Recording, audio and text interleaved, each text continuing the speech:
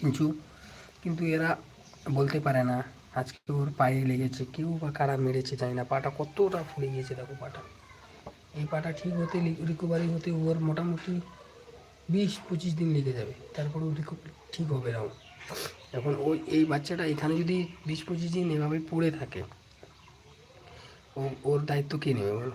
যারা মেরেছে তাদের বাড়িতে তো ওরা কখনোই যাবে না।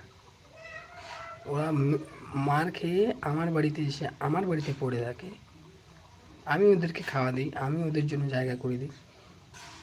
ওই মারার কী আছে? যদি তোমাদের বাড়ি যায় তাড়িয়ে দাও, ঠিক আছে না, ওদের তাড়িয়ে দাও, কিন্তু ওদের মারলে ওদের কষ্ট হয়। ওরা কষ্ট পেয়ে ব্যথা পেয়ে আমার বাড়িতে আসে, আমার বাড়িতে এসে শুয়ে রয়, এখানে পড়ে থাকবে।